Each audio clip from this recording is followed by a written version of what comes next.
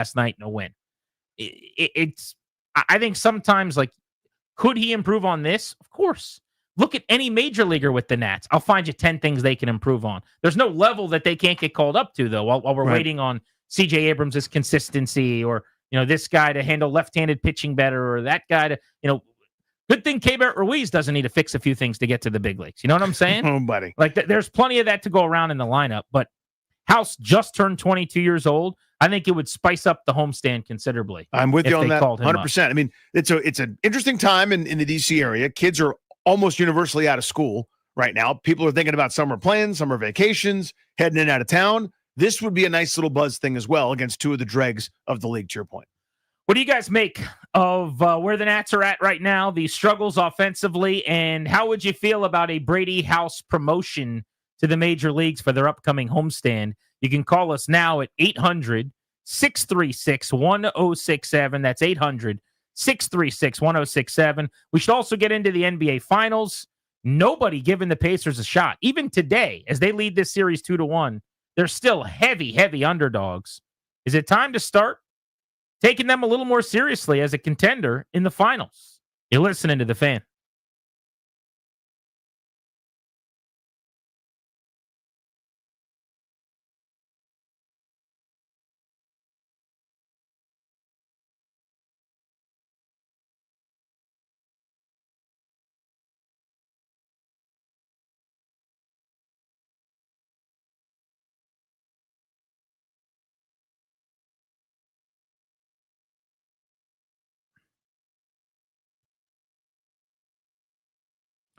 Hey guys, it's Grant.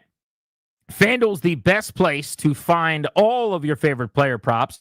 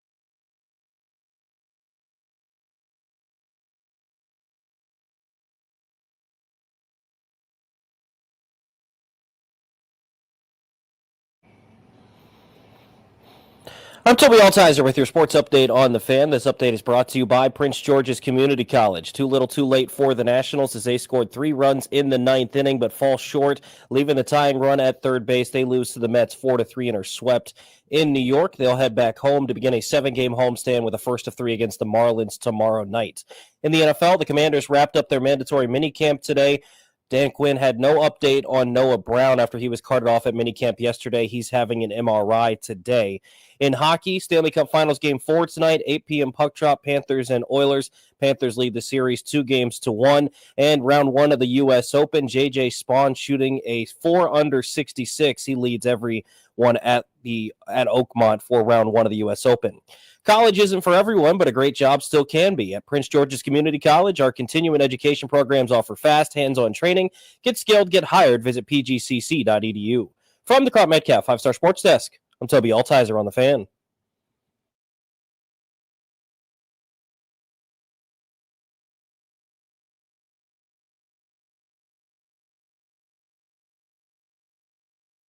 Nimhard, back to Turner.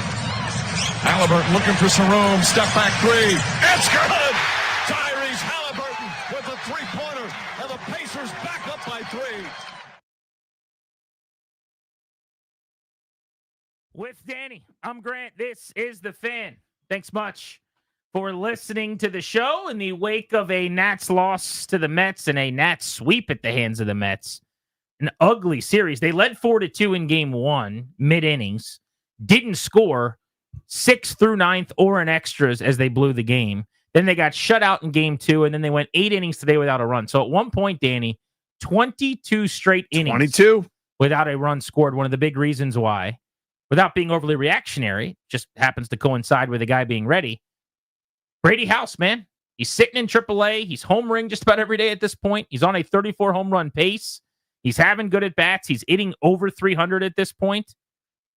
And there's no ramifications negatively in terms of losing eligibility for, keeping him around as long as possible. Like you've already hit all the mile markers needed in terms of dates and arbitration. Prospects all over the game are getting called up right now because it's prospect season. So why not? Do you think they call him up? I don't, because here's why I say that. They had an open 40-man spot yesterday, and they claimed a pitcher and put him on their 40-man roster. If they were going to call up Brady House, that's something generally you have a pretty good indicator of over a couple of days before. But I don't think you would have filled your last spot, meaning you could. There's some ways they could get creative. But like Brady House would now have to would knock somebody off the roster, essentially. Like they'd have to make a corresponding move, if that makes sense. It does. So I'm wondering if I'm racking my brain. Is there someone that can move to the 60-day IL, or could, did they, not being flippant about it, did they give walking papers to Eduardo Salazar, who was in mop-up duty again tonight? Yeah, you could shorten your bullpen if you wanted. Yeah, I mean, that's the question. Like on their 40-man right now in the infield, if you're just looking at that position, Abrams, Darren Baker, who's in the minors, Josh Bell, Andres Chaparro, Paul DeYoung's on the 10-day. Could you move him to the 60-day? That's kind of my question. That would be interesting, but is he getting closer? I saw he was back in the cage. Luis Garcia, big leagues. Trey Lipscomb, minor leagues. Nathaniel Lowe, big leagues. Nasim Nunez, minor leagues. Rosario, Tena, Juan Yepez in the minors. I mean, do you want to lose a guy from the organization potentially? The outfield, it's not 1-to-1 because we're talking about an infielder, but you've got Cole, Cruz on the 10-day. I don't think you're putting him on a 60-day. He's going to be back sooner than later. Hassel, Lyle back in the minors, Wood and Young, so there's nothing to do there.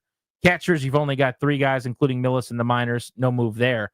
So it's either one of these arms. But again, if you were going to do that, then you probably wouldn't have just claimed this guy, Ryan Loudis, that they did just yesterday. No, right. So that's the only thing that gives me a little pause. Otherwise, it all makes sense. They've had a bunch of Friday night debuts. They always do it at home. It feels like the timing's right.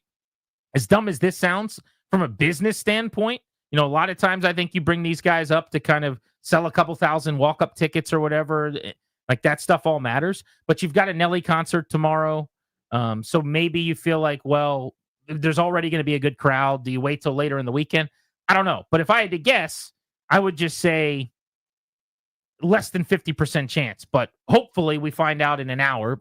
that Brady House is coming up. Yeah, it feels like it's happening very soon to me. If that means that, because you mentioned the Nelly concert Friday, tomorrow night rather. Maybe it's sometime, after this weekend series or something. Maybe it could be Monday against the Rockies. And that's my thought while they're at home, because they don't do it on the road for whatever reason. I mean, there have been debuts on the road with Bryce Harper in LA, but I think that was circumstantial because of an injury. But when it's planned, they always seem to do it at home. Maybe it's hey, let's get a little juice here for a weekday series that may or may not be well attended. But here's why I thought this homestand was a no-brainer. Not only do you play the Marlins, who stink, and the Rockies, who are worse, and it is a nice little soft landing spot.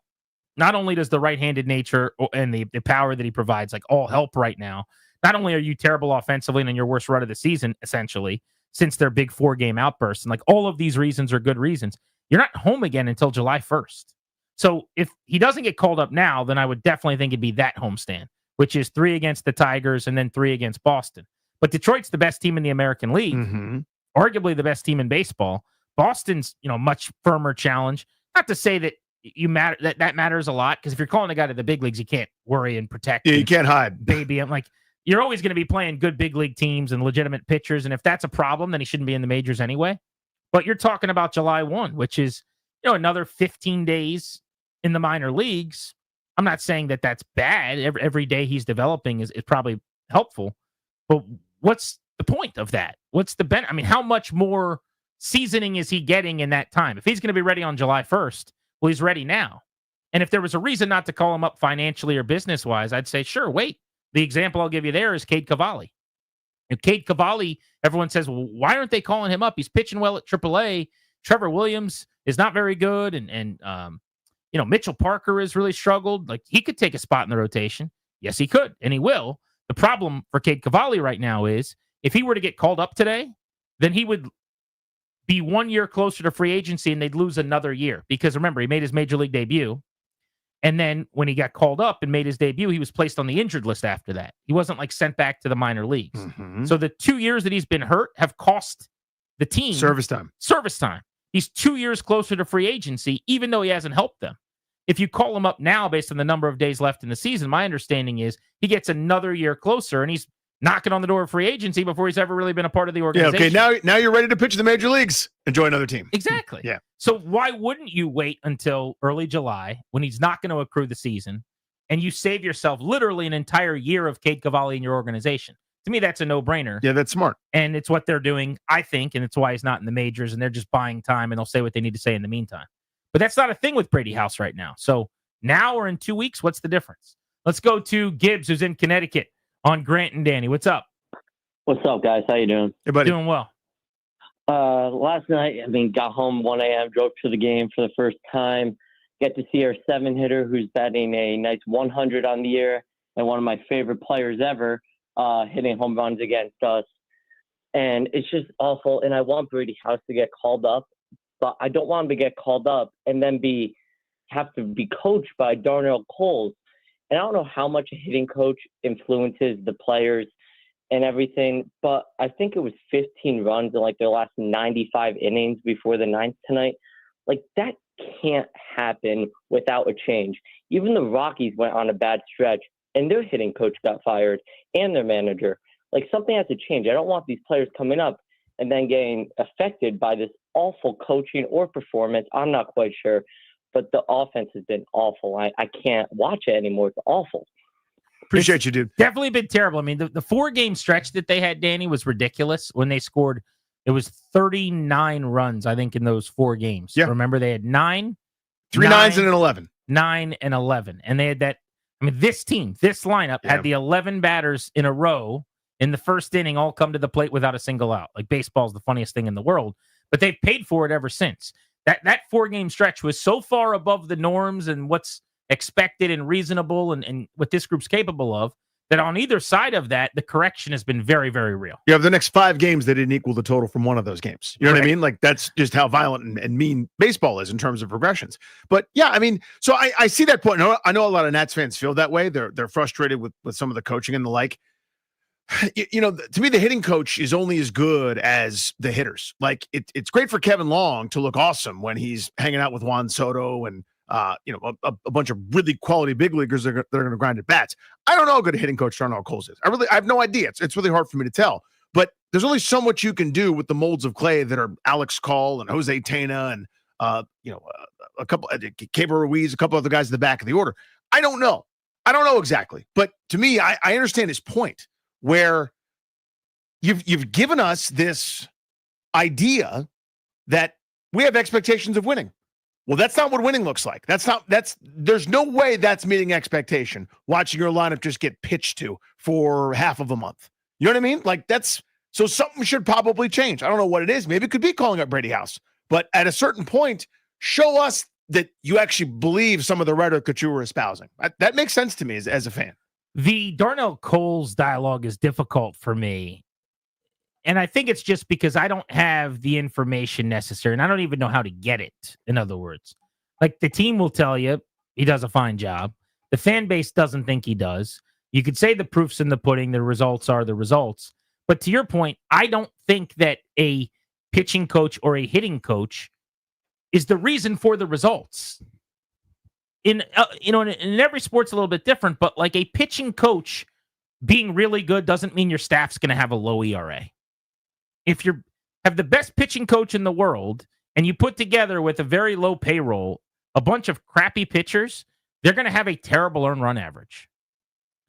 I look at this lineup right now and I go, how sure are we that they should be a lot better than they are offensively? Like, who is playing well below the back of the baseball card, in other words? There might be an example here, an example there, but by and large, go through it. They've got one guy with young superstar potential in James Wood, who's having an all-star season, who's on pace for over 30 home runs, who's going to hit close to 300. So is Darnell Coles doing a good job with him? I guess he is, right? Because James Woods had a great year. C.J. Abrams was just in a bad slump, but for the duration of the season is one of the more productive shortstops offensively in baseball. Well, I guess he was doing a really good job with him for a little while, but then he did a bad job with him, and hopefully he does a better job with him soon. You see what I'm saying? Like, of course I do. So I heard that Josh Bell, who 4 teams have said no thank you to in the last 2 years, who's 33 years old, was available for a song, isn't having a very good season. I don't think you're fixing that. Alex Call is a bench bat that they play too much. He's 30. He's a nice little player. He's not an everyday guy. They treat him like one in stretches. He's actually overachieved. I guess Darnell Coles has been awesome with him. But I don't know. I just don't do but he's a terrible hitting coach because the team doesn't hit. I look at this lineup and I go, that'll be the 23rd best lineup in baseball, like on paper. That's how I feel. And to go pitching wise, like I don't care if you find prime Leo Mazzoni. I don't know that he makes this staff outside of Mackenzie Gore really good. I think Jake Irvin punched above his weight class, is kind of settling back into who he is. I don't know that Mitchell Parker or Trevor Williams or the bullpen guys, Colin Poche and company that they had to start the year. I don't know how good a pitching coach could possibly be with some of those horses. So again, I'm also not saying the fans are wrong, by the way. I have no idea. To me, the things that are easily fireable, where it's like the guy's not grinding, the guy's not putting in the work, the guy you want to hit and the guy's nowhere to be found. Okay, fine. Fire the hitting coach if that's the case. You've heard stories about that, not necessarily here, but around the league. That's happened before. Other than that, it's really hard for me to tell. Yeah, absolutely. And that's my answer. Yeah, exactly. And I'm not telling you that it's a bad thing to do. If you want to do it, do it. I'm just saying these guys are still walking through the door. You still have the worst catching OPS in baseball the day after you fire that guy. And do you think all of a sudden, like he's telling them the wrong approach or he's not instructing them in the way that the next big league guy is going to, or someone like Chris Johnson would probably be elevated on the staff? All of a sudden, he's going to have this come to Jesus with Keibert Ruiz, who's been a bad offensive player for most of 3 seasons, and he's just going to get really good overnight. Like, I guess I just see it a little bit differently. Not saying don't do it, but maybe you need a different voice. That's fine. If you think that's the fix, I think you're wrong. If you're saying these results are terrible and you just got to do something to show that this isn't okay, then I could have that conversation. Yeah, I get that. I think that's reasonable enough. 800-636-1067. You want to hop in? We'll get to minicamp at the top of the hour. The Nats just lost to the Mets. They keep losing. They keep not scoring. And so we want to know what you guys think on the Fan.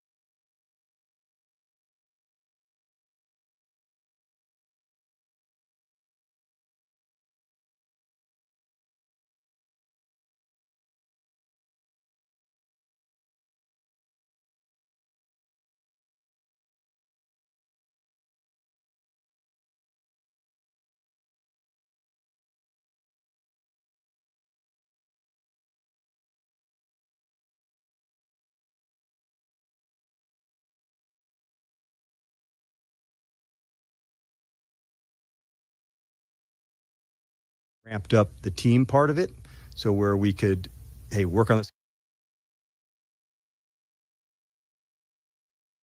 Who's We 0 still for his have last a lot of work to 19. do as an NFL Has the game on his team. bat right now. Here's the set. Diaz deals to Ruiz. Swinging a ground ball to the first baseman. Alonso has it. He'll take it himself. And the Nationals rally comes up 1 run short. Diaz pounding his chest. He gets the save just barely as the Mets win it 4-3. They got some help from Edwin Diaz, but the Nats did score 3 runs in the 9th. Wasn't enough to come back from a juicy deficit. And because of that, they got swept by the Mets. They did end a 22-inning drought without a run, though. In that 9th inning, they'll try to carry that momentum over to a homestand that starts tomorrow. I'm asking for Brady House to get called to the big leagues. He's on a 34-homer pace for a 162-game big league season. He's hitting over 300 at AAA. They need offense. I think he could help them as a right-handed slugger. But we're taking your thoughts on this lineup and just the struggles here. The frustration, Danny, is they go through these spells where they play really, really well. And they just had one of these where they ripped off 12 of 14, I think it was, 11 of 15 at one point along the way. And they get to the brink of 500. They get to the precipice of being essentially like a wild card type club. And you can dream on it. You can taste it. You can see it. They're close. They really legitimately are close when they hit just a little bit. And then every time they get within 2 or 3 of 500, this happens. The bottom falls out. Lose 7-9. Don't score any runs. Ice cold water poured all over the thing. And it comes back to just being a couple players short. Almost like you need to spend a little money. You got to bring in a slugger. You got to bring in a pitcher. And they just haven't. But you've been spinning your tires in the same spot for a few years. And as Nats fans, I think it's really, really frustrating. Let's go to Chip in Charlestown. What's up, man? How are you? Hi, Grant. Hi, Danny. Thanks for taking my call. I really appreciate it. Enjoy your show. Thank you, man. You guys talk about the coaching staff, and I don't know if these players are that good. Who has the coaching staff made better? For instance, I talk about Darnell Coles. I talk about Jim Hickey. Who is Jim Hickey made better as a pitcher? Now you're going to go to Mackenzie Gore. I thought he was a very good pitcher to begin with. Well, he was the number 3 overall pick and a top prospect. So let me ask you this, because it's a fair question, but I'll turn it back on you. How do you know? In other words, like, would Kyle Finnegan be the reliable closer without Jim Hickey? I think so, but do you know one way or the other? Like, I think that's what we're kind of saying is it's hard to quantify that. No, I understand. I understand that, but I can give you an example. Patrick Corbin, who pitched under Jim Hickey for 3 or 4 years, his ERA is 3.5 now. He's lowered his ERA by 2 runs when he gets away from this organization. Now, that could be a lot of things. I don't think he was hurt. He pitched every inning that we asked him to. I appreciate everything he did for us, but my point is he's 2 runs better now. Agreed. The only thing to that I would say, Chip, last year and the last 3 years. It's a great point, and there are other examples like that. He stunk with other pitching coaches too. Jim Hickey was here for the last couple of years of Patrick Corbin. Patrick Corbin was terrible for 5 years. 5. So if you want to talk organizationally that they didn't get to him, I could do that. I'm not defending Jim Hickey. I'm just saying it's not like he was really good. Then Hickey came in. Then he was bad. Patrick Corbin stunk before Hickey, stunk with Hickey, and now he's having this great half of a season.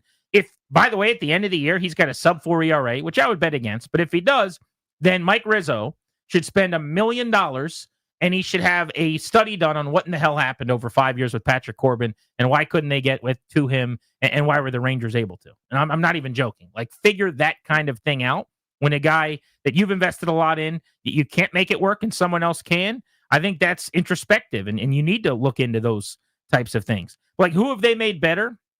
Alex Cole's best production of his career has come here. He's a better player than when they got him. Ahmed Rosario, used in a really good situation against lefties right now, is having an awesome year that nobody saw coming.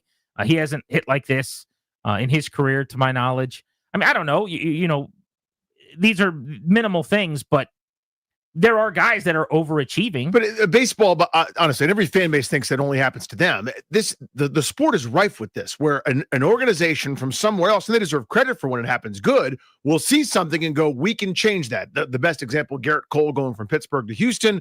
They've got one philosophy. Now, it makes Pittsburgh look bad, but Houston goes, this is how you're going to pitch from now on. He turns into a superstar. Yeah. The organizations, I mean, the Cardinals used to do this every year. They would take a pitcher that nobody else liked and go, this is how you're going to do it from now on, turn him into a Cy Young winner. Doesn't mean every other organization was bad. But again, I'm arguing both sides of it. I don't want to put words in your mouth. I feel like you are too. I have no idea. I'm arguing both sides because I don't know that one of the sides is right. Right. Jake Irvin is a huge success story, by the way.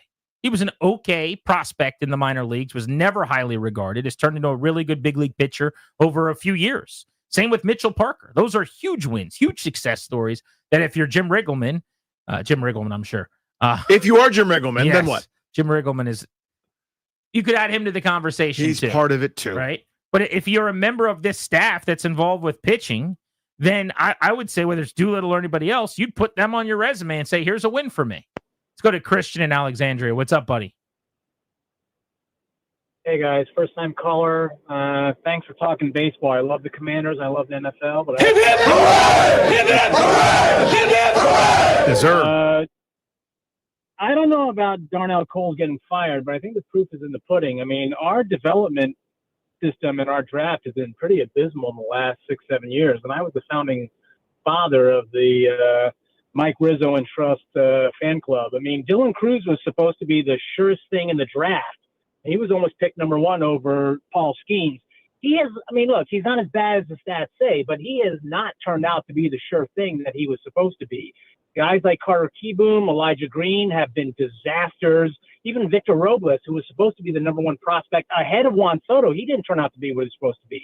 Now, I understand that Kevin Long, who knows what he did, but I know that what he did with Daniel Murphy, he changed the launch angle on this guy. And This guy was hitting home runs when he came with the Mets, from the Mets over to here. I mean, Cade Cavalli, Jackson Rutledge, Seth Romero, they've done nothing under this. Eric Setti and Patrick Corbin have gone from our team and other teams that have done well. I mean, we have a serious development problem on this team. And I'm not trying to say this to be a hater. I love the Nats. But the last 7 years have been tough to watch. I want to get into this because there's no doubt about it. There's a major issue, and it's many, many years in the making.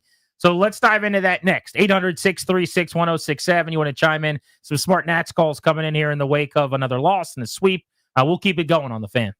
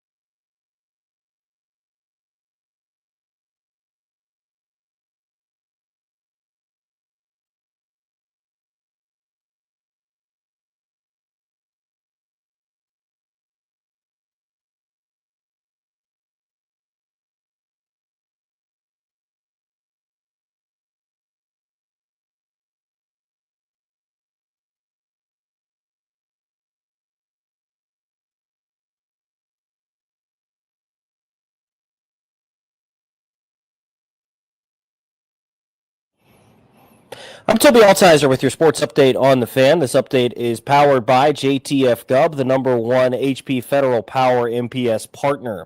Commanders mandatory minicamp wrapped up today. Noah Brown was carted off at minicamp yesterday. Dan Quinn had no update today, others saying that he is getting an MRI today. In baseball, the Nationals' late comeback bid comes up just one run short as they fall to the Mets 4-3. They get swept in New York, have now lost 4 games in a row. They scored 3 runs in the 9th inning, but weren't able to tie the game as they left the tying run at third base. They now head back home. They'll begin a 3-game series with the Marlins and a 7-game homestand starting tomorrow night. In hockey, Panthers and Oilers Game 4 of the Stanley Cup Finals tonight, 8 p.m. puck drop. The Panthers lead that series 2-1. And an update at Oakmont at the U.S. Open. A new top of the leaderboard, Sungjae Im is at 5 under through 11 holes today. JJ Spawn solo second at 4 under. He shot a 66 in his opening round. 2 guys tied for third with Thurston Lawrence with an opening round 67. Matthew Pavon through 10 holes today. He's also at 3 under par. Mission Critical, that's JTF Specialty. We're a top-ranked HP MPS power partner for a reason. We don't just ship products. We deploy fully integrated mission-ready solutions from DC to Europe, powered by HP, delivered by JTF. Check us out at jtfgov.com. From the Crop Metcalf 5-Star Sports Desk, I'm Toby Altizer on the Fan.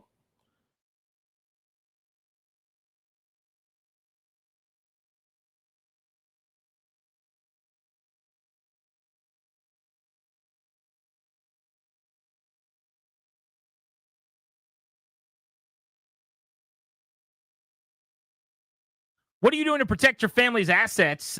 The exclusive sponsor of this show wants to know. That's the law firm Kondorian Murat. They'll help you to draft a last will and testament, set up a living trust, or put together a medical power of attorney. Schedule a free consultation with their attorneys today at kmlawyers.com. Be sure to tell them we sent you. That's kmlawyers.com. The Nationals lost today already in our time slot. Took over after that. They got swept by the New York Mets, the cream of the crop in the NL East, the best team in the National League at 45-24. For the Nats, that is 5 straight losses in 8 of 10. They're back to 8 under 500. The Wolves are at the door a little bit, understandably. They said they're ready to win. Davey, before this series, said something to the effect of, if the message doesn't get through and guys don't start producing, we're going to make changes. I don't really know what that meant or who he was talking about, but since then, they went on a 22-inning stretch where they didn't score a run, and they lost all 3 of the games that they played. So we're taking your calls now on the state of the Nats and, frankly, this lineup, 800-636-1067. Any changes or adjustments that you think you would make. I'm on record as saying call up Brady House, and let's start there and see where it gets us. But I want to go back to the caller's point at the end of the hour because we were up against the clock. We didn't have a chance to respond. But he said, essentially, that the Nats for several years have not drafted or developed well enough. That is an understatement. There's no way to properly quantify that with just like a minute or two on a phone call. Correct. I mean, this is something that we've talked about for years. Ken Rosenthal wrote a big piece about this just last week, or maybe now it's been 2 weeks ago. My response to that piece when we talked about it on this show was that while I don't think anything he said was not factual, I didn't really understand the timing of it. It's the equivalent of going up and giving a tongue lashing to an overweight person for how they're not taking care of their health and how fat they are after they've lost 25 pounds. They still got a lot of weight to lose, but they've lost 25 pounds. The Nats have done a better job drafting. They've done a better job developing in the last couple of years than in the many, many years before that. But if you want to take a 10-year look from a 15,000-foot helicopter view down on the draft history, it's bad. The development, it has not been good enough. The question that I ask is, if we all know and see that there's a lack of money spent on players, like the part of the house that we see from the exterior, the siding, the shutters, the windows, we know that's not being upkept. And in this hypothetical, Danny, the draft is the furniture in the house, and player development is, the interior walls and flooring. How do we know that they're not also being cheap there and it's not costing them? In other words, everyone says either the people that are doing the developing, the people that are doing the drafting are bad. Well, many of them have been changed, by the way. They're a couple of years into a very, very new look front office here in terms of draft, development system, all of that stuff. They have new people that are going to be in, I think, their third year running the draft. And in the player development department, Eddie Longos is in his second year doing it. They've reworked so much of the organization over the last several years, and it has gotten, the results have gotten better, clearly. Still got a long way to go. But I guess my point is, are we sure that when they ask for a pitching lab, they get it? When they ask for the biomechanics plates they need to work through things like the San Francisco Giants made famous, that they get it? Are we sure when they want a Rapsodo or an Edgertronic 10 years ago that they got it? I don't know the answer to that. So I'm inclined to think no. I'm here to tell you, yes, the results were not good enough, are not good enough. They've got to keep getting better in that regard. And we could go piece by piece through players if you want to. But I think people assume that means like, oh, well, Rizzo or, name Johnny DePuglia, who's gone, or Chris Klein, who's gone, or, any of these other people, Doug Harris, who's gone, or Deshaun Watson, who's gone, had these roles, were really, really bad at what they did or something. Maybe. I'm not telling you they weren't. I don't know. If the point is net, at the end of the day, when I go, all right, I'm looking back, and it's Giolito, Johansson, Stevenson, Keyboom, Romero, Denneberg. That's not good enough. Correct. I got no unbelievable, surprising fourth rounder that makes it to the major leagues, becomes a star. There are silver bullets. There's the Juan Soto story, right? Where, this was a huge deal, a win for them. This is the international signings, a place that really, really struggled. This guy comes through, turns into a star right away. So for every one of those, it masks kind of the inefficiency or inability to find the next gem. Well, the trades, man. Right? Thank God for the trades. And in this case right now, it's the Soto deal. James Wood, C.J. Abrams, Mackenzie Gore, Robert Hassel, who you're seeing at the major league level, and Harleen Susana to a lesser extent, who adds depth in the minor leagues as one of their top pitching prospects. But where would they be without that trade? Precisely. And I'm blanking on some of the names because I've forgotten about them. The guys that they spent decent money on, international signings that aren't close to being major leaguers. This is all still post Smiley Gonzalez, which is a pretty low nadir for this organization. So drafting, developing, everything under the sun was not good enough for a long time. I think it's turned a corner now, and you're going to see some of the fruits of that labor over the next several seasons. But if your point is looking back, retrospective style, from say 2023, to post Harper or post Rendon, yeah, there's a gaping vacancy of what should have happened to replenish this organization. And a couple guys that would have come up and helped the big league club are helping other clubs, and they were used as commodities in trade. Whether it's Jesus Luzardo or Nick Pivetta or a couple other guys, they were currency. I understand that, but that's not an excuse. That's not good enough to say the one good prospect that could fetch you something is now gone. Where's the other 30 to take his place? Of course. And that's what was lacking. So the caller's point, I think, is right on, but I don't know that it acknowledges fully, hey, there is an attempt at least to turn the corner. I think you're seeing some results now. Yeah, my question to his point is, it is clearly an organizational failure for that many years to have the limited success in the draft and in development that they did. They would acknowledge that, I would hope. How could they not? Right. The question is, why and how did it happen? And if it happened because they're cutting corners and they don't spend enough money on things, and when they ask for things, they don't get it, then it doesn't matter who's calling the shots. You could bring in Andrew Friedman's people from the Dodgers who do a good job. You could bring in Alex Anthopoulos' people from the Braves who do a good job. Less so, I guess, recently. But you see what I'm saying? Yes, I do. And that's the same thing I would say with the hitting coach part of this.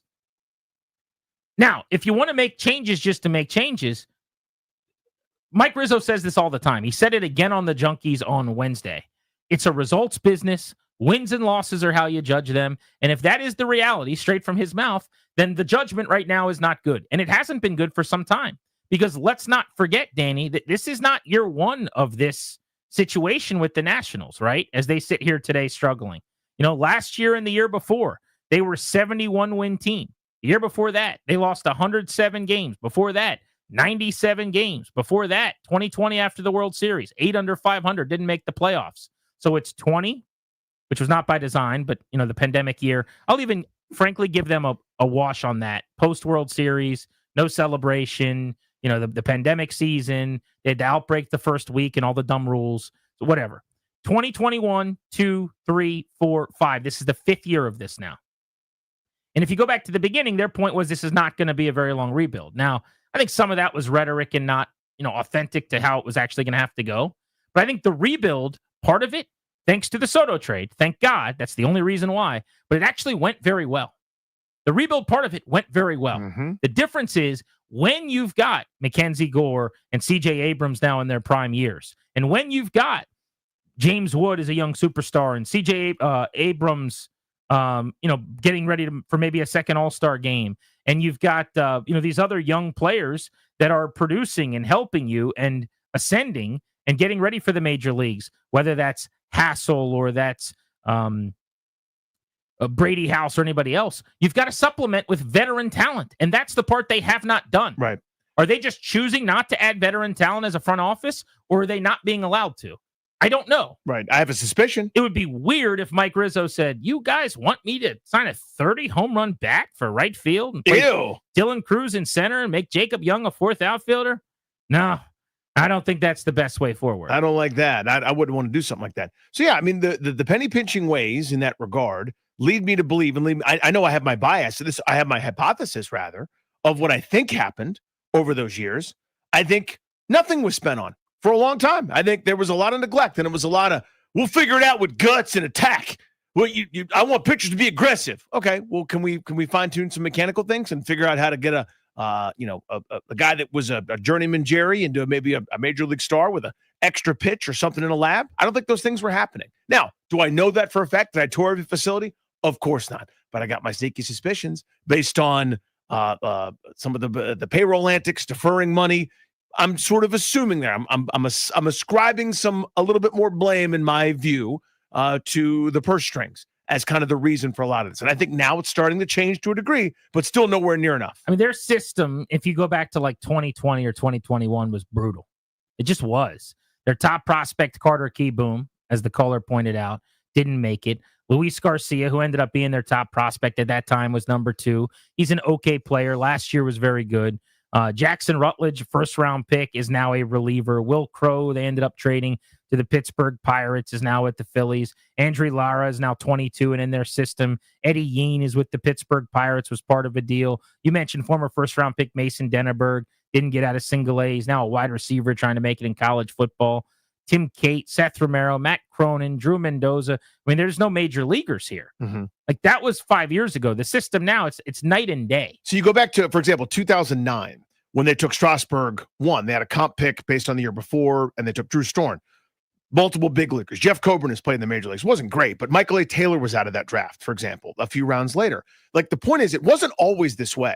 They found players. Now you look at a draft class, you go, oh my God, they took 25 guys and only 3 made the big leagues. That's way more normal than kind of what's happened here over the last 5, 6, 7, 8, 9, 10 years, where they found players. They drafted Marcus Stroman, who ended up not signing and got drafted the following year. Nate Carnes pitched in the major leagues for a while as a mid-round pick. They found players then. The world changed. They didn't change. Well, here's what it's supposed to look like. It's even easier to describe, I think. The last couple of years, where Jake Irvin and Mitch Parker, who were 4th and 5th round picks, end up giving you real major league innings. Irvin's been a legitimate, decent number 2 starter for the majority of the last couple of seasons, vying with Mackenzie Gore back and forth in terms of earned run average, right? Like, that is supposed to happen. It has to happen. And it didn't here for years and years and years. From like Eric Fetty to Jake Irvin, they didn't really develop an arm that was making starts. I think about, in the same way, Jacob Young in the outfield, who is probably an extra guy, a speed and defense guy. Mm-hmm. But he was a 7th round pick out of the University of Florida, who's been a helpful major league player for them for the last couple of seasons. Now, I'm not saying I'm going to write a letter home to my parents about that, but literally that was not happening for a long time. The Jacob Young part of it. So to get guys like Young and Parker and Irvin and now Cole Henry and Rutledge, even though he's struggling a little bit, and Lord, like those kind of guys now in the big leagues helping is progress. It shows that some of the changes that they've made over the last couple of years are working. I also think there was more trades along the way than people remember or acknowledge too. Not that any of the guys ended up becoming stars, right? But they trade Daniel Johnson for Yan Gomes. They trade Blake Perkins at one point for Kelvin Herrera. Danny Espinosa gets flipped and they go get multiple players, including a big league reliever for him. Mark Sepchinski came in here for Max Schrock. Obviously, the Steven Souza for Turner and Ross deal was great, but like, they had guys in their system that maybe would have gotten to the big leagues. And there definitely were. Steve Lombardozzi for Doug Fister and that deal that they had with Robbie Ray. Alex Meyer for Denard Span. I mean, there are quality deals in that regard for sure. I mean, if you keep Ray and you don't trade for Fister, who was a good player here, that changes all of the math on like, when's the last time you developed a pitcher? That guy's won a Cy Young Award. Yeah. You know what I'm saying? Derek Norris was a good big leaguer for a very short time, but like he got traded for Gio Gonzalez. So this is all years ago if you're going back from 2011 through 2017, 2018. But my point is, as you said, they have had guys, they have had some success. Then they went through a rut and the success is starting to happen again. But I'm not going to argue with the point if it's as simple as they drafted poorly for a long time. Agreed. They developed poorly for a long time. Agreed. Facts. Yep. I file it into the same category I do my frustration with not going and getting me my bat in the outfield, not going and getting me my veteran starter. But look, the baseball group has to take some blame too. I'm not saying it's 100-0. Whatever money you're given, you got to use. So this offseason, as an example, they spent, I don't remember what it was, but let's call it, they had $15 million to spend on the bullpen, if that's what it was. They took 8 of it and they spent it on Lucas Sims, who's gone because he was horrendous. Jorge Lopez, who was a hothead, who's gone, who wasn't helpful. And Colin Poche, who couldn't get you or me out because he would walk the yard. It's bad that you didn't get to spend real money on real players. But when you're given that money and you're choosing the 2 or 3 million guys, they also picked the wrong 2 or 3 million guys, right? Yes. I mean, that's a fair critique too. Let's go to Mitch in Jersey. What's up, Mitch? How's it going, guys? What's up, bud? Thanks for taking my call. And for some reason, Toby, I never recognized him. It was a different meeting. But anyway. What's up, man? What do you got? Offense. Yeah, offense has to pick up. I mean, I want to see him bring up a house. I'm darn to see Dylan. You can pick it up. I think he's going to be a major league maybe star. I'm using it. But I love to they got to make a trade. At least one. I'm hearing Corey Seager. I mean, Abrams is good potential, but he's not having a good year at all. If they can get Corey Seager, that will really help our pitching. Yeah, Seager's under contract for a long time, so he's not coming available. Yeah. The Rangers also won a World Series and are competitive. They're having a down year, but they're not trading him anytime soon. Yeah, Abrams was in a rut for the better part of 3 weeks, but if you look at his numbers in terms of this season and where he ranks among shortstops, he's top 5 in most categories, among shortstops. Yeah, OPS over 800. I mean, even with this horrible funk he's been in. Yeah, so he's not having a bad year at all, actually. He's having a bad month, for sure. Frank's in Great Falls. What's up, Frank? Hey, fellas. Thanks for taking my call. Hey, buddy. Hey, you got a whole group right up there now that not one of them controls the strike zone. So Davey's got to do something to shake that up, whether it's sit him or, fire the hitting coach or whatever, because they get up there and they swing at everything. The last out of today's game was a microcosm of K-Bear Ruiz. Agreed. He simply will not control the strike zone. He will not swing at strikes. And so what you end up with, they've got 2 players, CJ and Woods, who are young enough that maybe they can learn to control a strike zone. The rest of them either can't or won't. Over years, they've shown us they can't or won't.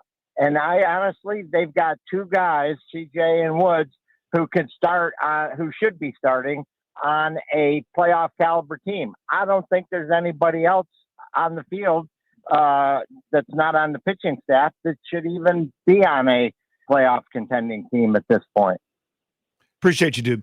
Yeah, the Ruiz point I think is a good one. Honestly, it is exasperating at times to watch him in RBI spots, wave at a breaking ball out of the zone, take up. The one of the axioms I had as a with hitting coaches over the years that would instruct me and teammates and others was the difference between a JV high school hitter, a high school hitter, a college hitter, a pro hitter, etc.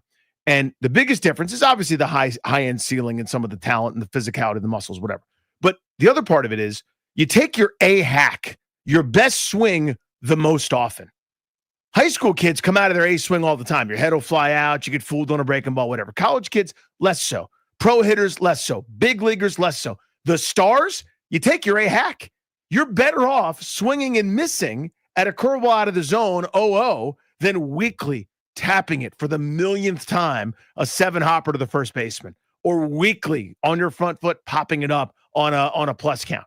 Watching him not ever adjust, talking about Ruiz, is exasperating in a lot of cases. I'll just tell you, because the bat to ball is elite. That's a good trait. And he doesn't swing and miss. And somehow it's turned into a negative, because in any big situation, all you got to do is spin some Ed Harris Vaseline ball up there and he'll roll over it for you or pop it out for you. It's unbelievable. So expected batting average right now, the Nationals are third in Major League Baseball in expected batting average. You look at expected slug, you go, yeah, but they just don't drive the ball enough. The ace swing, the damage. They're top 10 in that as well. Is that right? Yes. I would have lost all of my money. They're sandwiched between the Tigers, the best team in the AL, and the Mariners, who spent most of the first half so far in first place in the AL West. So it's almost like the results are not nearly as bad as we think, but they go through these terrible ruts and they're really, really inconsistent. Yeah. Let's go to Jeff, who's in Herndon. What's up, Jeff? Hey, great show, you guys. Thank you. I love listening to you. And the one thing I was going to think of was, why did we get rid of everybody? Why couldn't we have kept like Trey Turner and Kyle Schwarber to bolster the redevelopment? That's my question. Say it again. Why did they get rid of them?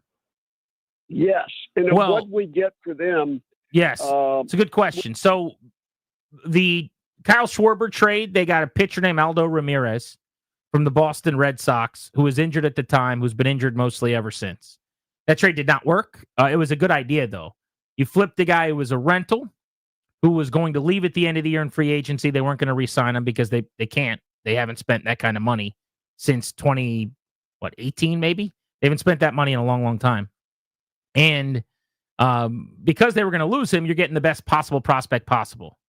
So what they did was they got the number 8 player in the Boston system, a single A pitcher who was nasty, who was injured, and he's just been hurt ever since. And it was kind of a bad luck deal. You took a flyer on a single A arm, hoping he'd turn into something. Same kind of deal they did with Lane Thomas for Alex Clemmie, who's actually making his way in the minor leagues right now. And if you do that enough, you're going to find some gems. Yeah, you got to turn over the lottery ticket. So I didn't hate that, but it didn't work out.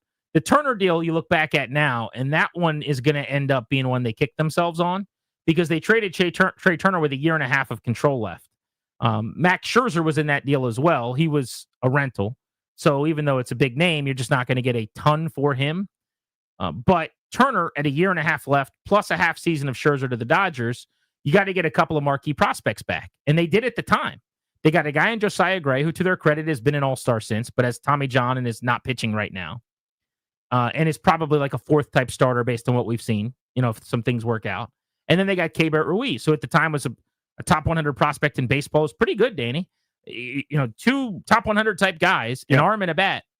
Now, it was not a bad deal for a year and a half of control of those 2 guys, because you got a catcher who's been your everyday catcher for like 4 seasons.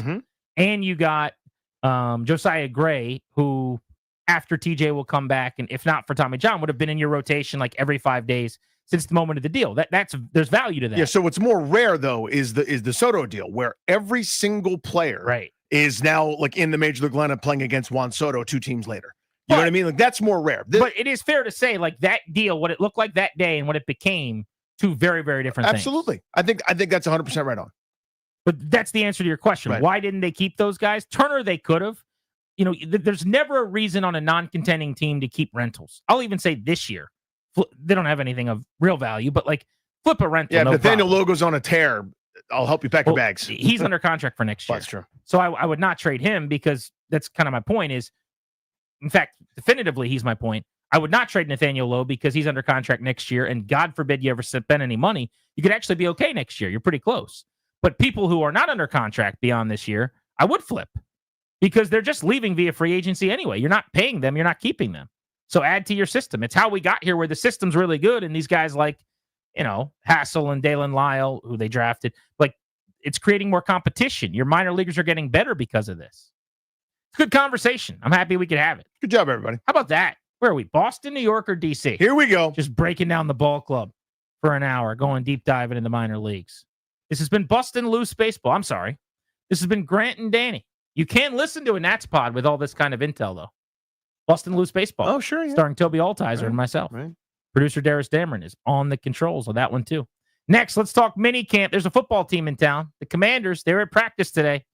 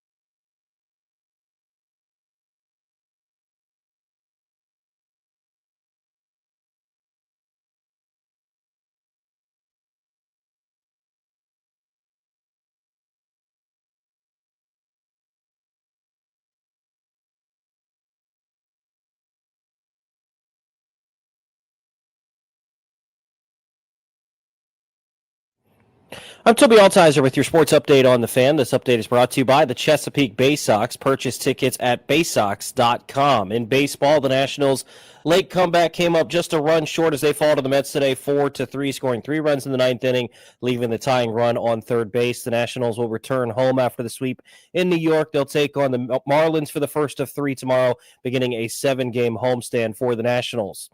NHL Stanley Cup Finals continue tonight. Game 4, Panthers and Oilers at 8 o'clock. The Panthers lead the series 2-1. Commanders wrapped up their mandatory mini camp today. Dan Quinn had no real update on Noah Brown other than saying he's going to have an MRI today. And U.S. Open leaderboard, 2 players atop the top. J.J. Spawn in the clubhouse with an opening round 66. Sung J M at 4 under par through 12 holes today. The Washington Nationals AA affiliate comes to town. Catch the Bay Sox as they take on the Harrisburg Senators on June 14th for Star Wars night plus fireworks. Then celebrate Father's Day on June 15th with special deals. Closer to home, closer to the action, baysox.com. From the Crop Metcalf 5-Star Sports Desk, I'm Toby Altizer on the Fan.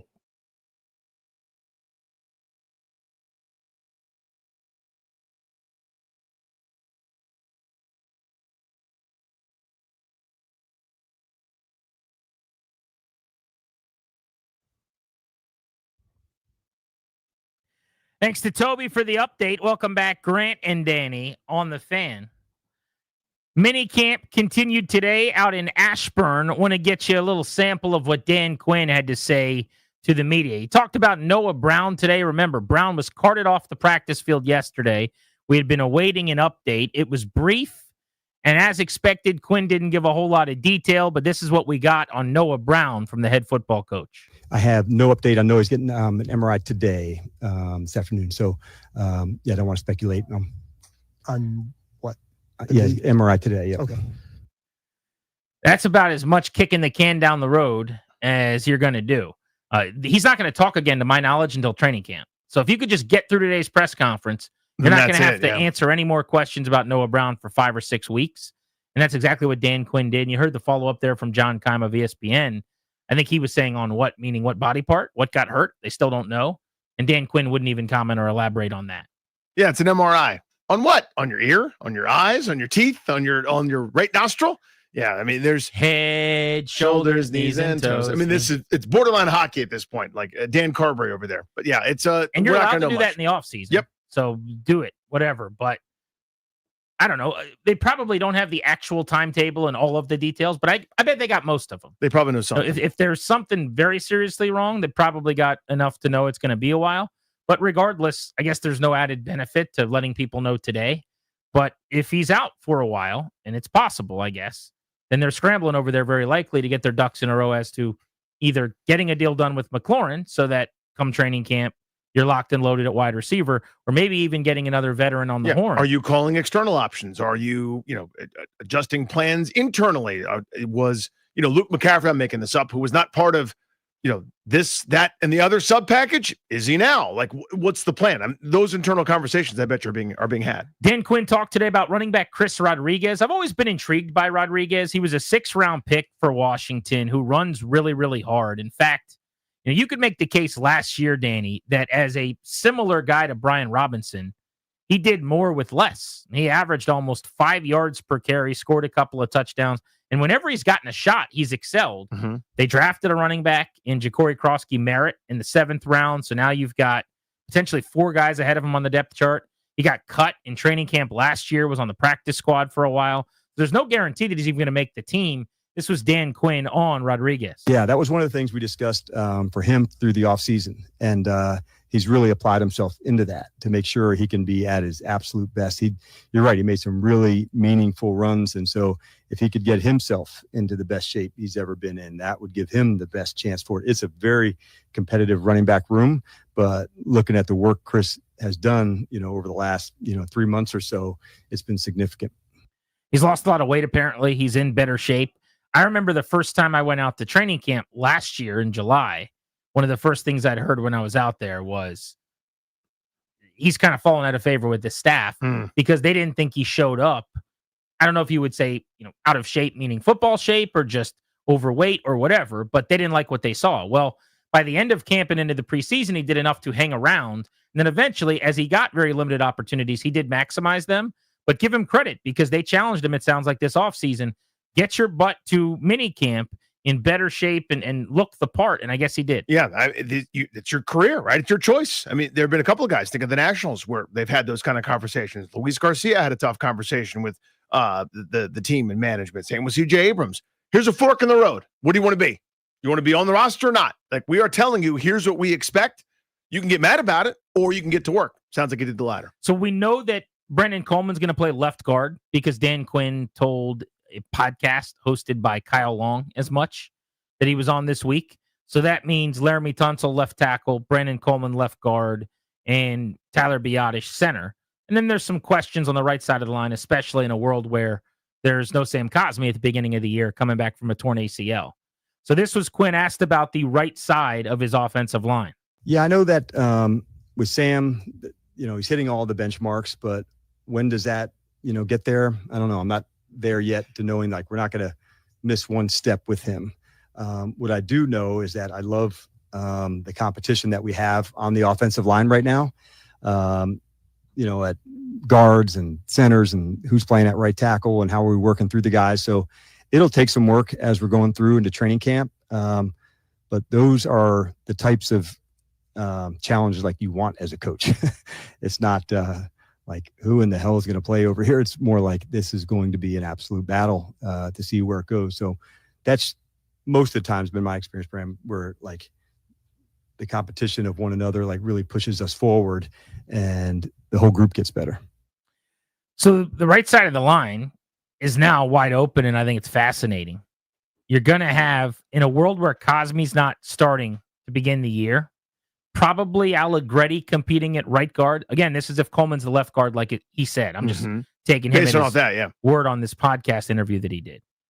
And then Josh Connerly would get a crack at right tackle, I would think. The first round pick. Maybe Andrew Wiley is your right guard if Connerly ends up starting from day one at right tackle.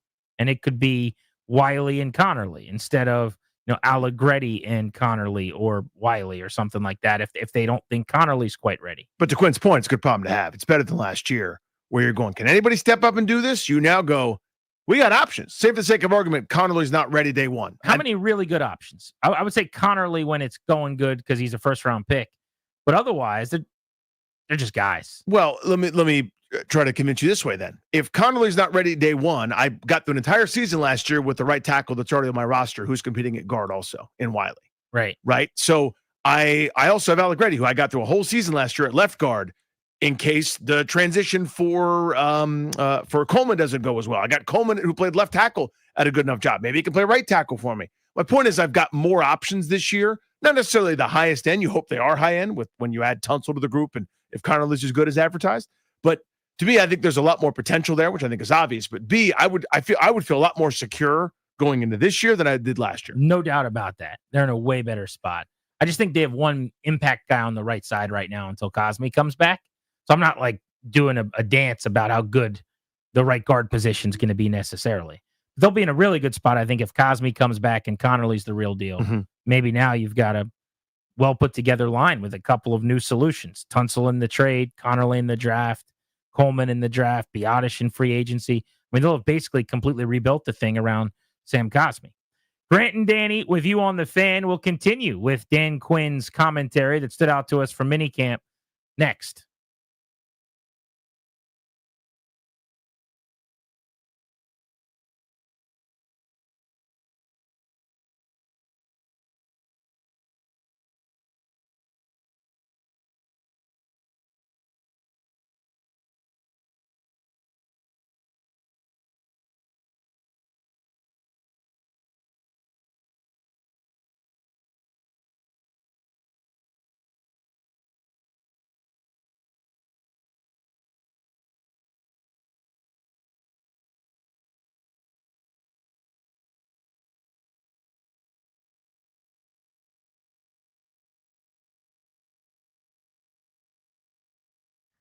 Guys, it's Grant Paulson for the FanDuel Sportsbook. FanDuel is the best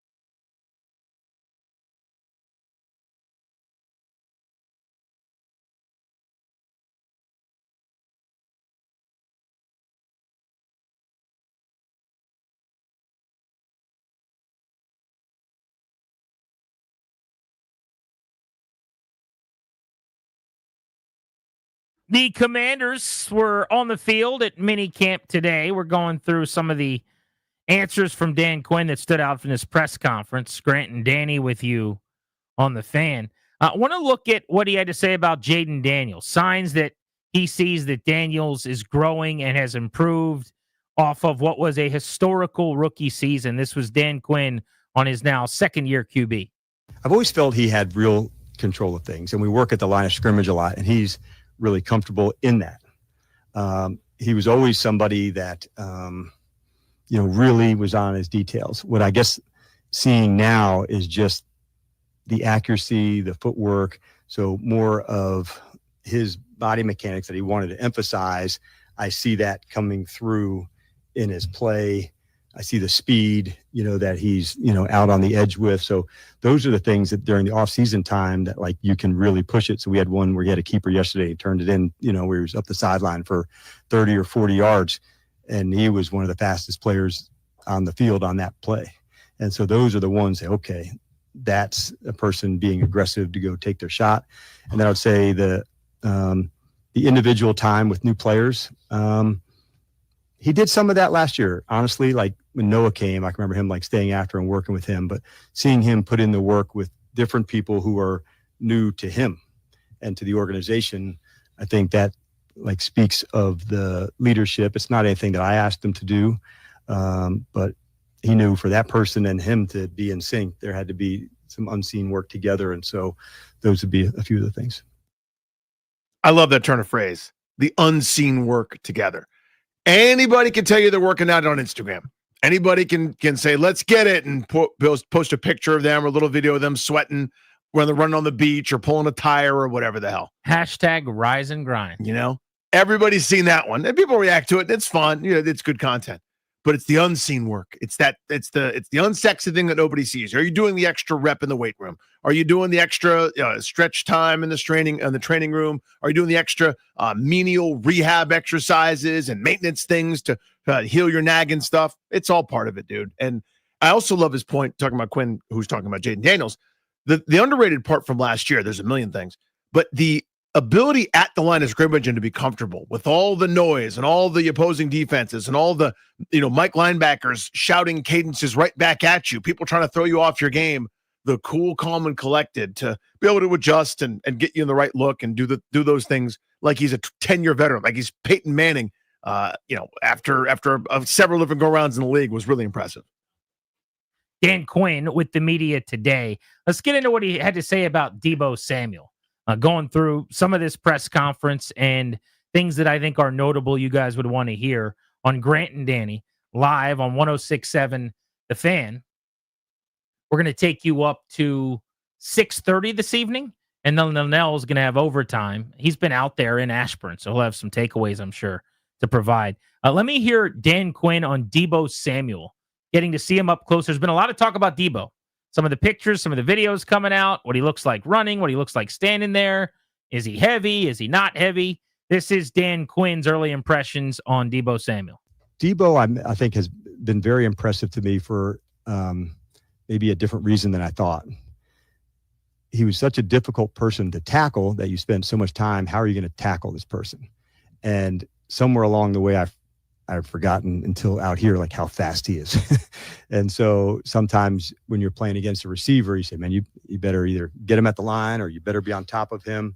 With him, so many times there was so many, run after catch plays that we had a tackling plan and how would you go about it? And then I can remember one time, like he just ran by somebody down the field on a deep ball. And I was like, yeah, I forgot about that. So it didn't surprise me, but it was like, maybe I missed talking about it to that space because it was easily reminded like he's one of the fastest players on the team. One of the fastest players on the team. And there was a video clip that went viral on, if you want to call it, like Commanders Twitter, all over the place. My buddy who does radio in Kansas City texted me and was like, dude, have you seen this video? I'm like, yep, we've all seen the video. I mean, it was everywhere. And it was Deebo seemingly sprinting, although George Kittle took to his defense and said, you guys are being ridiculous. He's jogging. This is nothing. It didn't look like he was that fast in that video. But here's what I'm going to tell you. I don't care about that kind of stuff because we don't know if he's sprinting. We don't know what he was doing on that rep. We don't know what the point is. It's so easy to be like a Twitter practice analyst. And I think that can be somewhat dangerous. Now, I also don't necessarily take coaches at their word. Like, they're going to say nothing negative about guys. So I don't know. Is he actually blown away by Debo's speed? I'm not sure. But it is kind of funny that here everyone's talking about how slow he looked and big he looked. And Dan Quinn's going, what's blown me away is his foot Is speed. his speed. Yeah, I don't know. Is this an Emmanuel Forbes corollary where he looks great before being cut 6 weeks later? Right. Here, I don't know if he's running a top speed or not. I'm not a speed doctor or whatever. I do know that he looks heavy. Like, that's how it looks. Now, whether that's extra padding that day or the camera angle or whatever, I do know that the only thing that I was a little bit worried about was that he would be, whether it's, again, I'm overweight, but I'm talking about for a football player, overweight for the football position that he plays. And that's how it looks right now. I want to double click on this next because my takeaway is that, like, never to play that game off of pictures. Your point is that is a storyline with him because the 49ers last year said he was overweight. And so it's a factor when you see a picture and he looks overweight. I want to get into that with you next. Grant and Danny on the Fan.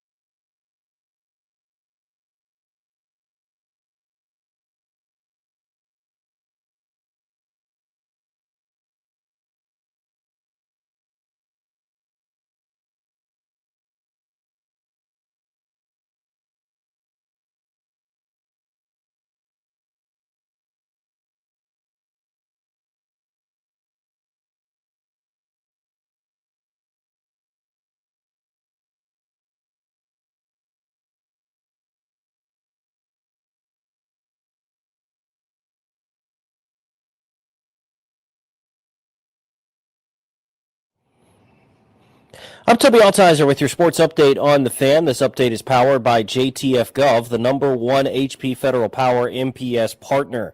Commanders mandatory minicamp wrapped up today. Dan Quinn didn't have any real update on Noah Brown, who was carted off at minicamp yesterday, other than saying he's having an MRI today.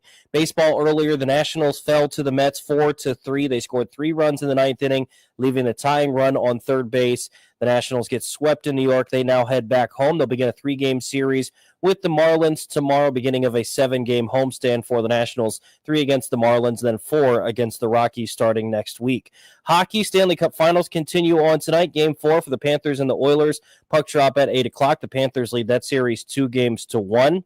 An update from Oakmont, round 1 of the U.S. Open. J.J. Spawn firing in opening round 66. He sits atop the leaderboard at 4 under par. 3 players tied at 3 under par. Been a bit of a rough day for Scotty Scheffler as well, as he finds himself a couple back of the leaders. Mission Critical, that's JTF's specialty. We're a top-ranked HP MPS power partner for a reason. We don't just ship products. We deploy fully integrated mission-ready solutions from DC to Europe, powered by HP, delivered by JTF. Check us out at jtfgov.com. From the Crop Metcalf 5-Star Sports Desk, I'm Toby Altizer on the Fan.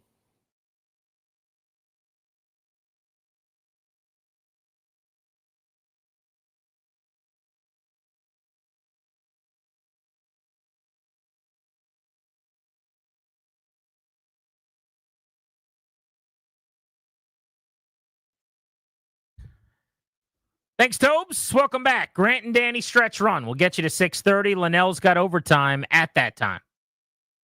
We are brought to you by the law firm of Condorian Morad. Estate planning, elder law, real estate transactions, probate administration. Their attorneys are always there to protect you and your family's assets. Schedule a free consultation with their team today by visiting kmlawyers.com. And be sure to let them know that we sent you. That's kmlawyers.com. Is this guy still on the tower over in D.C., over by American University? You've been following this story at all, Danny? I've gotten periodic updates that he's still up there, or last I heard he was still up there. Multi-day standoff. Clary sent me this on Tuesday night, and I thought, well, this is wild. This will last for an hour. And then apparently, I didn't realize this. As of last night, he was still up there. Then I saw a story in the Post this morning. In fact, I'm looking at an update here from NBC4 as of 4:35 this afternoon. We're still doing this right now. The DC police just kind of waiting. I don't know if they're negotiating or talking or what's happening. I don't know what I don't know here. So I don't want to make light of it because clearly this guy's having a mental episode, it sounds like. A man, for those of you that don't know, climbed on a radio tower on the American University campus, which I believe is how WAMU broadcasts. And so he has scaled this tower, and he's in jeans and a hoodie. By the way, it's hot outside. Like up there, I'd imagine there's a little moving wind. Does he have food? Does he have drinks? I have no idea. We're at 48 hours of this thing at this point. He's 321 feet up in the air, which sounds like Danny Rouillet's nightmare. Beyond terrifying. Not to say that it's not mine as well, for the record, because it is. But this started on Tuesday afternoon. So if he's still up there right now, and I don't have an update up to the minute, maybe someone can tweet me at Grant H. Paulson if they've heard anything. But we're going on 2 days of this. I thought maybe he was just up there until the Nats scored a run, but they scored an hour or two ago. And he hadn't come down. So, I mean, from Tuesday until now, I understand they hadn't scored, but now he could come down. So this is one of those things where I go, I can't believe there's no easy is the wrong better word. Plan? Yeah, but like, again, I'm not making fun of the situation. Like, obviously, this is scary. Somebody's obviously not well. And so, I'm not making light of that at all. My point is, like, I just feel like at this point in time, as far as we've come in so many ways, right? Like, I can communicate with somebody on the other side of the planet via moving picture, just by picking up the phone. You know what I mean? Like, and I will have a video of myself go to a video of them. We can exchange without delay. And yet, if something like this happens, we're like, let's just wait him out. You know what I mean? I don't know what to do. I'm not smart enough to know. I don't know what the solution is to bring everyone to safety, and you don't want any tragedy. And again, I'm not being flippant about it. I don't know what the solution would be if it's a big pad or a certain way to get up there that's safe. I have no idea. It just sort of seems like in this day and age, we've come so far, we're just sort of sitting there going, we're helpless. We're on this guy's timetable now. It's crazy to me. Yeah, I'm always amazed by that. And I'd like to double down or be very clear. Maybe if it's not exactly what you're saying, but I think it is. There are professionals that know what they're doing. And they take classes on this and they go to school for this and they get paid lots of money for this. And these negotiators and these people that are on the scene. I see the same thing occasionally, and I hear about these stories where like people are barricaded in houses, Danny. Mhm. I'm not saying anybody's doing the wrong thing. It is just amazing that there's not some way to end it sooner in a safe manner. You know, some of these things that go on for hours, in this case, days, there's nothing we could do. There's not a light you shine on them that freezes them like a deer, and then you come from behind and push them onto a blanket and you lift them. I don't know what to do. I don't know anything. I don't have a great idea. The one I just came up with on the fly is not a good one. I agree. Like that hasn't been a scene in a movie where you push them onto a mattress and I don't know. It's just insane to me that if somebody wants to stand up there and just cost the police department like 4 days of dealing with them, they can do it. There's no better tactic. Right. We're just at the mercy of that guy, is what I keep saying. Barricade yourself in the house, yelling things out the window. Then for days on end, we just kind of allow that to be until you're done and you've decided you've had enough. And now we'll take the next step. They're probably doing everything correctly. And I think you've got to treat this person with all the respect and decency that you can because they're going through something. Clearly. Yeah. You can't just be reckless and go in there and go, well, someone gets hurt. Like, I'm not saying you go up to the bottom and start shaking the tower. And I'm not suggesting that. Again, I'm fully admitting I don't know anything. I'm also not in charge of it. Like I'm such a rube. I have no solution. I don't think I have the patience for it either. No. Like a good thing I'm not down there because I would be like, come on, man, we got to make a decision here. Like, what's going on up there? Like I have lost my patience with my son who won't put his shoes on, like to go to school in the morning. You know what I mean? Where it's like if I have to ask 4 or 5 times, I lose my mind. So yeah, I'm not the right person. I'll give you one. My wife and I yesterday. I got the text, in fact, right after our final segment. As we're going off the air, I told you yesterday, I got a text. My refrigerator and my freezer is not cold. My wife opened the door. Everything in the freezer is melted and liquid, and we don't know when it stopped, but it's not working. She wants to throw everything away, and we need a new one. And I was like, let's wait 1 second. Can we make some calls? Is there a capacitor that's not working? Can someone come look at this thing? And here we are today shopping for new ones, and we'll probably end up having to buy one, and whatever, it is what it is. I don't know what I don't know. Maybe there's a button. Doesn't seem like there's a button. No button. So we here's what I did. Everyone keeps saying, well, what did you check? I unplugged it, and I plugged it back in. Yep. That's the big fix that everyone told me, like 90% of the time, that'll fix it. If it doesn't, there's probably nothing you can do. Your freezer's shot. But I tell you this to tell you that today we decided, okay, we're going to get a new fridge freezer. So we went to some random appliance store that has like a 2-name fancy name, Craft and Barrel Bar. Bray and Scherf. Yeah. Bill Bray and Brandon Scherf. Yeah, it's Bray and Scarf. Bray and Scarf. Yeah. So we went there.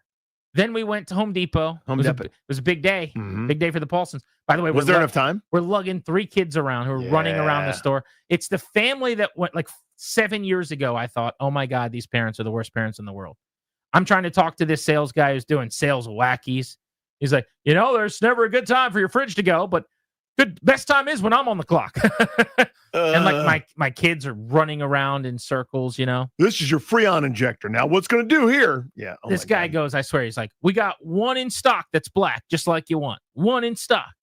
And I was like, he's like, and look, and he like looks to his right and looks to his left. He's like, I shouldn't say this, but I don't think it's going to be there very long. And I was like, oh, really? Oh, wow. No kidding. So there's urgency? I got to buy it now? And he like looks again, like straight out of the manual, Yeah. He's like looking over both shoulders and he's like, and I'm really not supposed to tell you this, but this thing shouldn't even be here. There's so much of that. Whatever that is, yeah. I mean, he was turned up to 11. Mm-hmm. So I'm doing that. My kids are running around like crazy. They're tackling each other. They're bouncing into walls, all kinds of crap, right? But the whole point of this is I'm losing my patience where I'm just saying to my wife, we got to buy this thing. And in her mind, and she's correct, it's a huge purchase. Let's make sure we do it correctly. And I'm going, it's been 10 minutes. Either get that one or don't, but we go into the next store. Like now. So if somebody's observing you, they go, I don't think Mr. Paulson is the hostage negotiator we want. I have no patience. Yeah. I just have no patience. Yep. But I think we're creeping up on 48 hours here of this dude on the tower. Just, again, I just want everyone to be safe and happy and whatever. But God, I don't have a better, it's not like these sorts of stories happen all the time, but it's just often enough where you go, one person who doesn't have the same cares and concerns as the rest of us. You know what I mean? Like Yeah. we're all abiding by this social contract, right? Where we're trying not, at least it's to some varying degrees, to inconvenience others or put people out. I mean, and if you do, you step out of line, maybe you care, maybe you don't. But everybody's kind of generally going in the same direction. When somebody goes way far, and again, I'm not making light of it. We all just have to go, we got no solution for that. There's nothing to do. We just wait. We'll be nice to the guy and ask him politely and wait it out. Is there enough room for him to just lay down and sleep? There's no way he took anything up there. There's no blanket or pillow. Yeah, minor provisions, if anything. I don't know. He's just laying there. Just laying there, man. You remember when the guy was on top of the bridge here in Navy Yard? Of course. Yeah. I mean, how crazy Same is that? bit. And that's the point. Yeah, I'm like, okay, so we just can't go? By the way, he was just allowed to be up there until he wasn't anymore. There's nothing anybody could do or would do. He's just like, I don't want him to get hurt. I don't want anyone to get hurt. how many times are you going to say that? I think we're pretty clear on that. I don't know. I just feel like I'm treading on ground. Everyone's going to be mad. Does Danny want anybody hurt? I want no one hurt. I wish I knew the answer. We can make that the poll of the day. Yeah. Does Danny want somebody to get hurt? Doesn't but seem like he does. That only lasted 28 hours from what I just saw, it felt like it lasted The 3 one days. on that bridge? Though, yeah, the one on the. Wasn't that bridge closed the entire time too? It was. Yeah. Yeah. Mm-hmm. What a gigantic pain in the ass for everybody else. Danny, say your part real quick.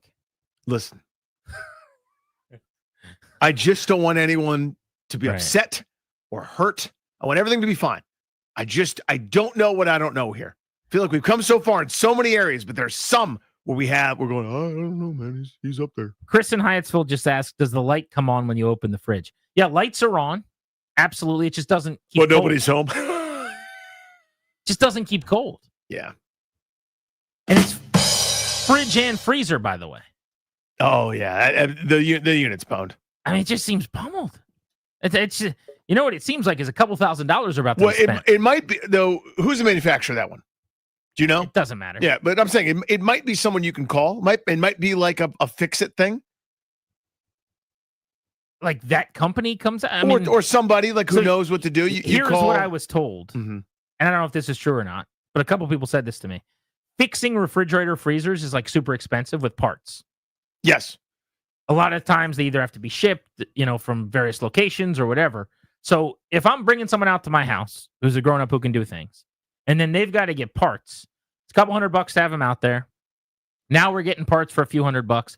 If I'm spending like $600 to $800 on this thing getting fixed, You're already halfway there. I wish I was Or halfway close. there. You know what I mean? But like this is it costs $1,600 for a nice fridge freezer, basically, from what I figured today. Mhm. So get out the door, delivery, all that stuff. I can have it in my house for a little under $2,000. If I'm spending $800 just to fix this one, and I don't even know how old it is, it was in the house when I moved in. Isn't it just worth it to just do the terrible thing that's so painful and awful You're on your that way. I can't afford, Mhm. and just do that? Yeah. I think that's. It may just be the way. Yeah. Probably But the way to it do might be simple. You don't know. I mean, like if you can't, we can. You hit up Michael and Sons or somebody that's got a division and just go, hey, let me ask you this. How many days am I without a fridge? I don't know. Too many already. I got 3 kids. Yep. That just want to eat things all the time. They're always eating. There's The so kids. much eating. The at that kids. house. What are Yeah. you doing? Can you just hold off? And for the a kids minute? eat too. Am I right? Come on, having a good time. Who's there? Everybody's funny. Speaking of which, Deebo Samuel. Yeah. Danny thinks he looks heavy. I do. I don't play this game, so I'll just tag you in because I think this whole whatever this is one of my least favorite things. But go ahead. From the video of him moving, not a picture, not some angle, not an Instagram thing, not one stalled image. It's a video of him moving. And again, I'm not judging the speed or how hard he's going. I have no idea if he's going fast or slow or medium or anything between. He looks heavyset. He looks heavier than I remember him looking, whether it's a uniform thing, whether it's he's wearing extra padding or something. He looks like the guy that played in San Francisco last year that they said was never quite got in shape. Part of that, understandable, by the way. He had pneumonia.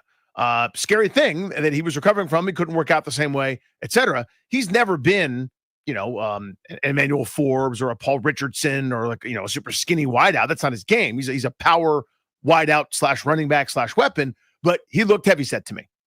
Heavier than I would have hoped for a guy in kind of a proven situation. Maybe that changes come training camp, but that's what it looked like. I think with a guy who has had these issues where a team has questioned this part of his preparation, it's on the table. My point is, I just think without being next to him, without seeing him, this is going to sound dumb, like shirtless. You know what I'm saying? Like guys wear weird stuff when they practice. Some guys are in long sleeves. Some guys are in hoodies. Guys wear different types of pads. Quarterbacks wear those rib protectors, and some of them look, bigger and thicker and puffier than others. There's just so many different layers to this. When I watched him, the one video I saw that I was like, was the one where he was running on like a corner route, looked like, toward the pylon, and caught the lob ball yesterday that George Kittle commented on and said, he's jogging, everyone relax, leave the guy alone. And I wasn't ready to panic or anything like that, but to me, it looks like he's sprinting, and I'm going, he's like a hobbling, that does not look fleet of foot or speedy, but the like looking at, like, I'll give you the example. Everyone made the huge deal about Alex Ovechkin looking fat in the offseason. Mm-hmm. He went on to have his best year ever in terms of goals per minute on the ice. This is what he does. He blimps up and has fun, and he's on the beach, and there's a terrible picture with a bad angle of him in his t-shirt, and he probably is a little heavier than he normally is, and then he gets into shape and he rocks and rolls. I mean, it's June 12th. I'd like him to show up in amazing shape. Maybe he is, maybe he isn't.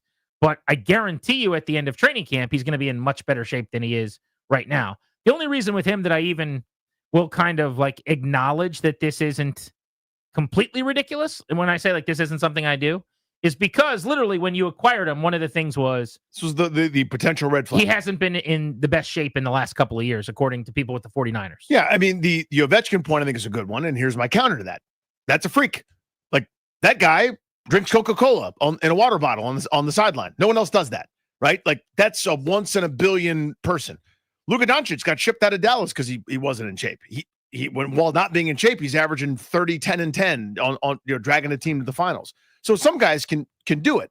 Debo's coming off his worst season for a million reasons, but it was the concerning point, and I'm kind of going, the book isn't written. It's not over. There's still plenty of time, or there's a lot of other things. But the one thing that I was mildly concerned about, I am reminded that I'm still concerned about it until it's different, which is, I think, different than I could have been assuaged seeing him run around, seeing him look very svelte, and as good as he did a few years ago. I would have been like, that's awesome. He's in a prove it year. There's no questions. I have a question. I'd rather not have a question. I think it's as simple as that. Debo has always looked super thick, though. Like, he has a odd body type at wide receiver. Totally true. And this is true coming out of school. Gigantic legs and butt. He's got a huge lower half, 6 foot, 215, 220 or whatever. I think it's easy for people to look at him and say he's overweight, because honestly, he does not have the traditional like body type of an NFL wide receiver at all. So you strap on some thick pads, you wear a long sleeve shirt underneath to sweat or whatever you're doing, and next thing you know, you probably look like you blimped up a little bit. But is there something to it? Possibly. I guess maybe he's overweight. I don't know. I'd be curious to know, what was he playing at in 2021, and how different is that from where he was last year? And I don't just mean overall weight. That'd be interesting, but like all the measurables, the body fat percentage, of body fat. If it was the same in 21 as it was last year, then I don't care about any of this. Because in 21, that dude was one of the best players in the league. 77 for 1,400, 18 per catch, 6 touchdowns, and then he ran the ball a ton, 60 times for almost 400 yards. He was 8 touchdown back that year, like just a ridiculous weapon. But Dan Quinn's out here talking about his foot speed. I found that hilarious. That's the part of it. One of these is not like the other. Everyone on Twitter telling you he's looks like me and he can't run. And then Dan Quinn's like, what's blown me away? The speed. Debo Samuel is one of the fastest guys on the team. Yeah. I mean, that is funny. And maybe he's flying around. And I'm not doing the speed bit based on that video. I know a lot of people are going, oh my God, he can't run. That's why George Kittle, I guess, responded, coming to his old teammate's defense. So that to me looked like a guy, I don't even know how to judge it, right? Whether it's 3/4, whether it's 80%, 60%, I have no clue. But to me, again, I went back and looked at old 49ers touchdowns and some Deebo Samuel highlights. He looks bigger now than he did then. This is an all-time tweet we're going to end the week with right here. It's going to mean nothing to Darius at all. Okay. He won't even know what we're talking about. Oh, no. Okay, because it's a movie, and Darius hasn't seen movies. I got a tweet here, Danny, from Josh, who said, has anybody contacted Detective John from Kindergarten Cop to get this guy down from the tower? He's experienced. Now, if you know, then you know. How good is that reference? Tip of the cap. That's the funniest thing I've ever We're going heard. to play a game. It's called Who's Your Daddy? And what does he do? Name the kid. Name the kid in the tinfoil hat, literally, who's on the tower. No, I know. Oh, You come don't. on. Come on. I mean, his mom has curly hair. I'm stalling. Bob cut, but curly hair. The strange dad, has a ponytail. Guy's the worst. By the way, he was so scary. He was so scary. I was a little kid. Everyone and had a ponytail. Was scary to me. I think he was also one of the bad guys in Three Ninjas. That was really good at like Typecast a little bit. Oh, what is that kid's name? jiu-jitsu. I'm not going to pull it. I'm literally stalling out so bad. The head of the school was a 4 foot tall lady with glasses. Oh, All right, I'm going to give you a multiple choice. no, I'm not going to get it. You're going to get it. I'm not going to get it. A multiple choice, you're not going to get it? I don't know. All right, we're going to name the kid here. Okay. We're going to end the week on a high note. Was his name Vincent, No. Lorenzo, Dominic, or Luca? Dominic, it's Dominic. It's Dominic. Let's It's Dominic. go. It's Dominic. And with Dominic, that, get down. we can now Come bid on. you adieu. Get down. That'll do it from your friends. I keep saying end the week. It's not Friday. I know. Tomorrow, dude. Wow. And the Thursday. I literally, this entire segment, I've been thinking it was Friday. I don't know why. I don't either. I'm here tomorrow, Right? 2:00. Aren't we? Daniel Murphy, Nat's great, will be on the show at 5:00. We can ask him why this team can't hit or score. He used to be great at hitting. He would hit the ball. I'll bet you if he played second base tomorrow, he'd put 4 balls in play. I don't know if he's going to get hits, He'd come up with a knock. but he would put 4 He'll balls drop and drive, try to loft one. in play. We'll also talk to Chris Rowland of the DC Defenders, who are playing in a championship game on Saturday. Their top wide receiver is going to stop by the show tomorrow as well. Linnell's got overtime next, right here on The Fan. Thank you for coming.